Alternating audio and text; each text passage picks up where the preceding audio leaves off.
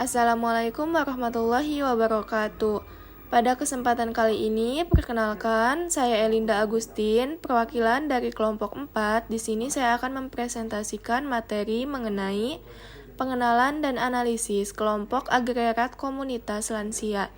Nah, di sini saya akan memperkenalkan anggota dari kelompok 4. Nah, di sini ada Elisa Fitriani, Elinda Agustin, Angga Romansyah, Ripdah Davianti, Maratu Solihah, Nadia, Arijal Dwi Cahya, dan Nashwa Nabila. Baik, langsung saja ke bagian materi. Nah, di sini ada pentingnya studi kelompok lansia.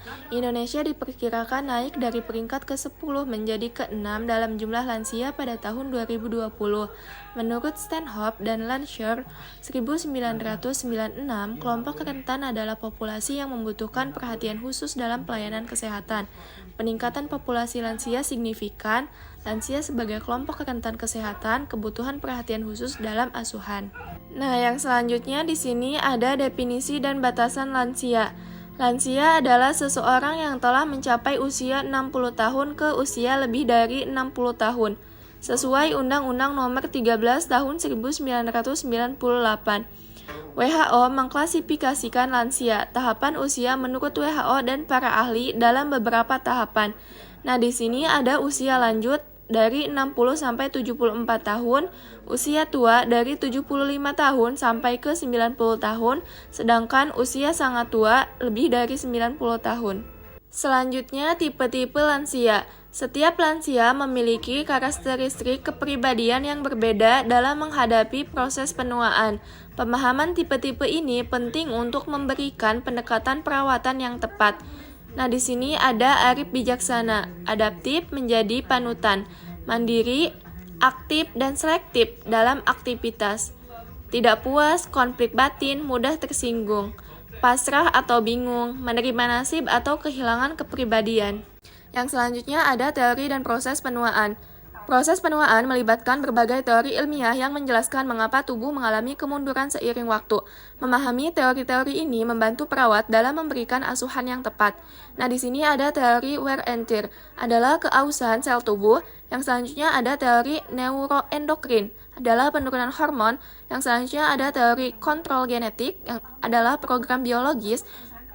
Yang terakhir ada teori radikal bebas, kerusakan oksidatif. Next, perubahan fisik, mental, dan psikososial pada lansia. Lansia mengalami berbagai perubahan signifikan seiring bertambahnya usia.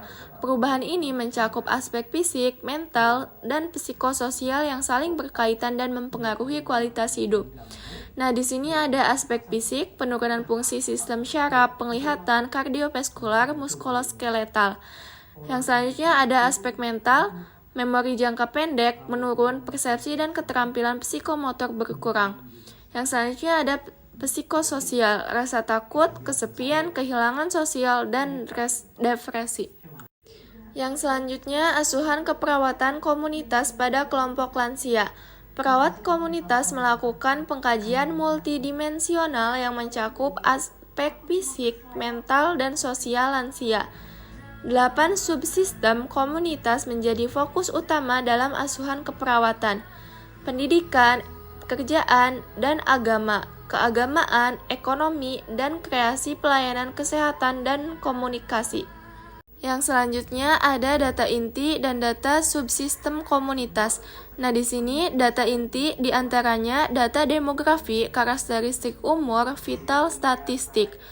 Yang selanjutnya ada data subsistem, di antaranya lingkungan fisik, pendidikan, keamanan, pelayanan kesehatan, ekonomi, komunikasi, serta rekreasi. Yang selanjutnya, analisa data kasus lansia di komunitas. Nah, di sini ada contoh kasus. 40% lansia dengan diabetes tidak memeriksakan kebiasaan hidup tidak terkontrol kondisi secara rutin. Nah, diagnosa keperawatannya, ketidakefektifan manajemen kesehatan pada kelompok lansia di komunitas. Yang selanjutnya ada ketidakpatuhan mengikuti posyandu, kurangnya kesadaran pemeriksaan rutin. Nah, di sini ada rencana tindakan keperawatan dan tujuannya. Perencanaan asuhan keperawatan komunitas pada lansia memerlukan penetapan tujuan yang terukur dan realistis untuk mencapai kesehatan optimal. Nah, di sini ada tujuan jangka pendek 4 minggu. Kontrol pola makan, aktivitas fisik ringan, kunjungan posyandu secara rutin. Tujuan jangka panjang 8 minggu, penurunan angka diabetes dan hipertensi, kepatuhan pengobatan teratur. Nah, yang selanjutnya ada intervensi, penyuluhan kesehatan, pendampingan keluarga, koordinasi dengan puskesmas. Yang selanjutnya ada evaluasi, monitoring berkala dan dokumentasi perkembangan kesehatan lansia.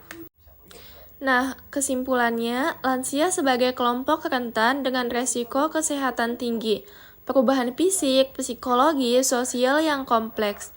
Peran penting perawat komunitas dalam asuhan keperawatan lansia.